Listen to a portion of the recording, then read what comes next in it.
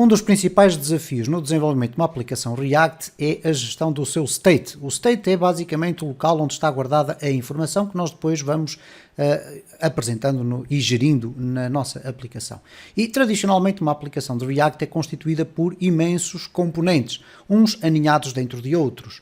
E o desafio que se coloca aqui é como é que a determinada altura, quando a complexidade da nossa aplicação se torna maior, como é que nós vamos gerir esse state? Como é que nós conseguimos partilhar a informação entre componentes?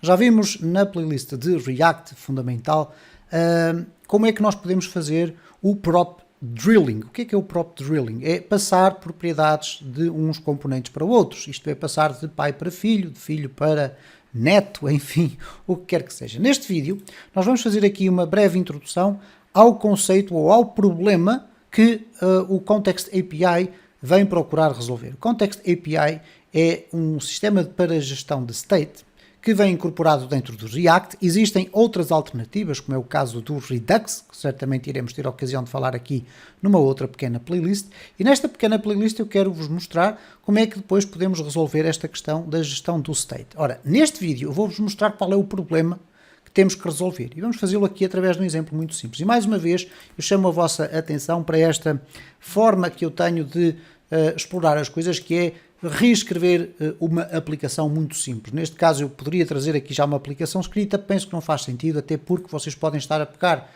neste vídeo já decorrido de algum tempo após o último contacto com o React. Eu já tenho aqui um projeto feito, ou um projeto criado, simplesmente com o Create React App, mas limpei agora aqui a pasta toda. Vamos criar aqui o nosso index.js. Obviamente que aqui vão aparecer muitos erros que depois irão sendo solucionados à medida que eu vou estando aqui a desenvolver. Aqui no index nós vamos fazer o import do create root from react DOM/client. Vamos aqui fazer então o create root. Vamos usar aqui o document.getElement by ID, ou poderíamos fazer o query selector também. Aqui no query selector vamos usar aqui o seletor do root e depois vamos ter aqui o ponto render. Vamos colocar aqui teste, ok? À partida já vamos ter aqui a expressão teste a ser apresentada, portanto tudo tranquilo. Vamos criar aqui uma circunstância que é a seguinte: vamos ter a nossa aplicação, o nosso componente principal, que é o app, dentro do qual nós vamos depois ter uma user bar, uma barra de utilizador, e dentro da qual vamos ter ainda um botão de login. Vamos imaginar que era um sistema de login aqui muito simplificado. O que é que vai acontecer aqui? Eu quero apresentar o nome e quero alterar os dados de login no nome do usuário que vai aparecer na barra do usuário. Só que o esquema ou a error vai ser este. Nós vamos ter uma app, eu vou colocar aqui pseudocódigo, ok? Vamos ter uma app, que é o nosso componente pai, dentro da qual nós vamos ter então uma user bar, mas dentro da qual vamos ter um componente chamado login. A ideia será que aqui dentro da user bar eu quero ter o usuário, por exemplo, ok? Quero apresentar aqui o usuário, mas é aqui no login que eu vou ter um botão que vai criar o usuário, ok? Então este botão vai alterar uma variável ou um dado do state que está dentro do app, mas que vai ser partilhado com o user bar. Enfim, vai haver aqui uma série de desafios a resolver, mas que vocês vão perceber que são desafios que depois vamos conseguir resolver de uma forma interessante com Context API. Então, basicamente o que nós vamos fazer aqui é o seguinte: vamos criar aqui o app. Fazer aqui o app.jsx, aqui vamos fazer um export default function app, vai ficar com um aspecto muito simples. Vamos fazer aqui um return, e neste return nós vamos colocar aqui simplesmente um h3 react prop drilling. Prop drilling significa basicamente o problema que nós vamos ter que resolver, ou que vamos acabar por resolver com a Context API. Então vamos fazer aqui o import app from, e agora vamos colocar aqui ./app. Aqui vamos colocar a apresentação da nossa app. E neste momento, se tudo estiver correto, temos aqui React Prop Drilling. Vamos criar aqui uma pasta de componentes, components, Não é obrigatório, mas é uma questão de organização. E vou colocar lá dentro, então, o userbar.jsx. Neste userbar vamos fazer o export default function. Vamos colocar aqui corretamente, function userbar. Neste userbar vamos fazer o return e vamos colocar aqui, então, simplesmente isto, um HR.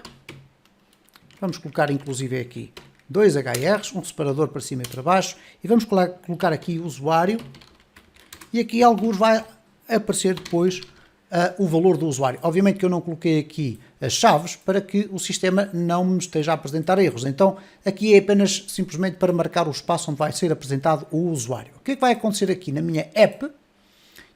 Eu vou agora fazer a importação daquele usuário, ou user bar neste caso. Import user bar e tenho aqui a user bar. O que quer dizer que eu agora posso renderizar a user bar aqui.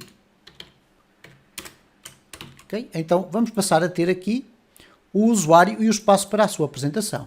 No entanto, vamos criar ainda um outro componente que é o tal de login. Então vamos colocar aqui login.jsx. Vamos fazer aqui um export default function login. Aqui vamos fazer um return.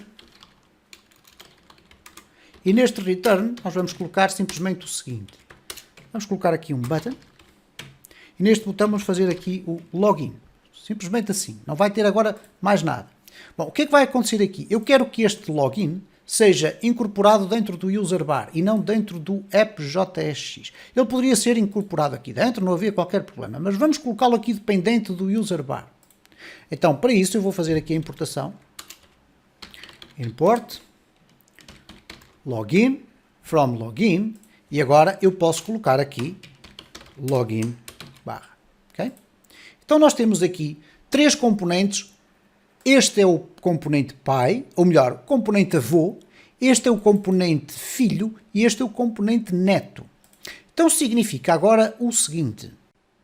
Imaginem que eu coloco aqui um useState, aqui em cima, dentro deste componente, que vai ter os dados do usuário, e que vai ter a função que permite alterar os dados do usuário, neste caso o nome, vamos só usar esse valor, que depois vai ser apresentado aqui neste componente e que vai ser alterado neste que aqui está. Então nós temos aqui um drilling de propriedades, isto é, uma dispersão das propriedades pelos diferentes componentes, e para que isso aconteça, cada um dos componentes vai ter que passar para o componente filho esse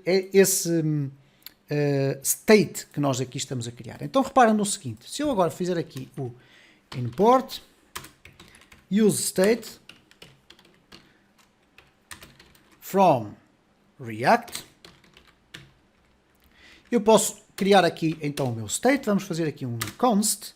Vamos colocar aqui o usuário é igual, ou neste caso vai ser aqui uma constante que contém 2 valores, o usuário e o set usuário, é igual a useState.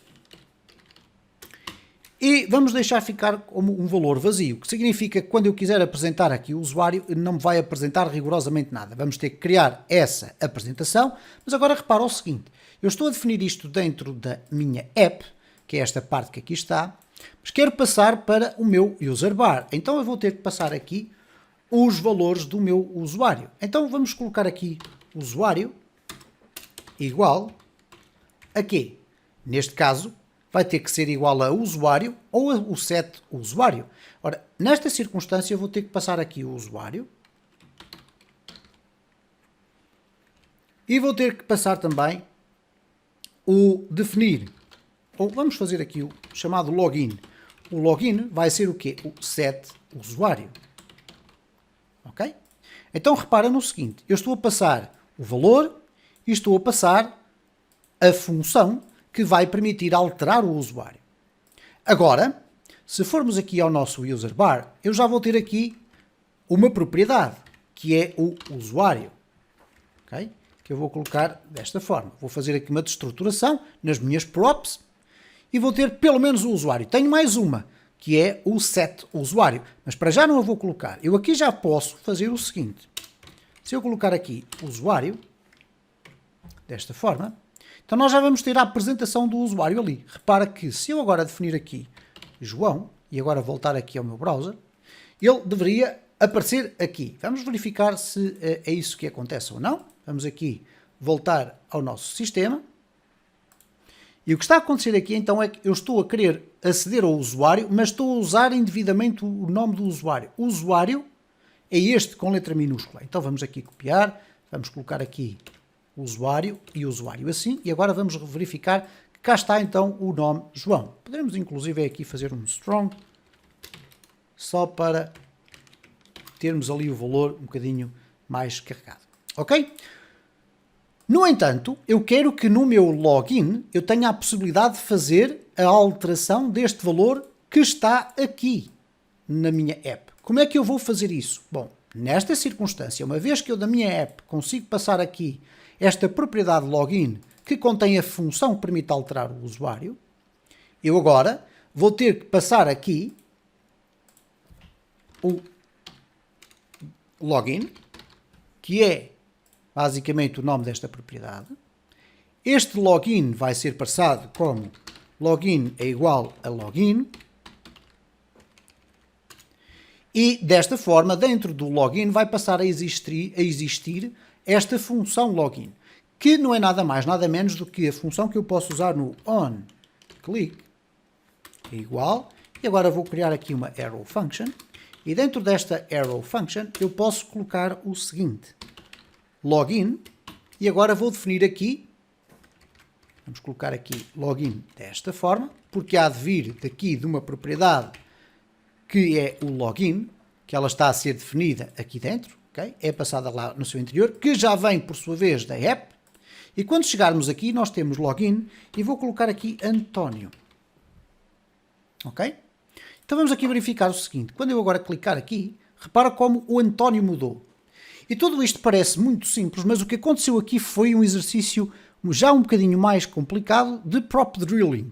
E é um prop drilling que neste caso concreto não tem uma estrutura muito complexa de componentes. Tem o app, que por sua vez, nós podemos ver aqui, este é o app, que por sua vez dentro dele tem o usuário, ou o user bar, que por sua vez dentro dele tem o login. Então a questão que se colocou aqui foi, eu tenho aqui neste caso um state que está na minha aplicação, mas para que ele possa ser conhecido dentro da user bar, eu tive que passar pelo menos o usuário para apresentar este valor, mas como eu sei que dentro do user bar eu vou ter como componente filho um login, então também sou obrigado a passar a função login, que neste caso é o set usuário, para que depois dentro do user bar, quando eu crio aqui a apresentação de login, eu possa passar para o seu interior o login, a função login, e aqui dentro eu possa importar esta informação e poder atualizar. Quais são então os desafios que estão aqui criados?